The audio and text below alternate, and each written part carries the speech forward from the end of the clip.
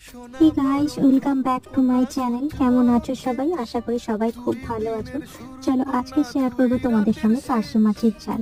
তো তার জন্য সবার আগে কড়াইতে তেল দিয়ে তেলটা গরম হয়ে গেলে পার্শে মাছগুলো লবণ হলুদ দিয়ে ম্যারিনেট করে রাখা মাছগুলো দিয়ে তেলে ভালো করে ভেজে নিই।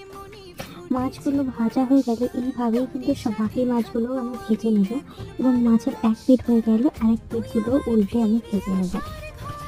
পার্শে মাছ কিন্তু রাই বাটা দিয়ে বেশি খেতে ভালো লাগে, কিন্তু আজ আমি তোমাদের সঙ্গে শেয়ার করব পেঁয়াজ এবং কাঁচা লঙ্কা টমেটো দিয়ে সিম্পলের ওপরে কিভাবে পার্শে মাছের রান্নাটা করব। তো এখানে মাছগুলো আমার সবই ভাজা হয়ে গেছে।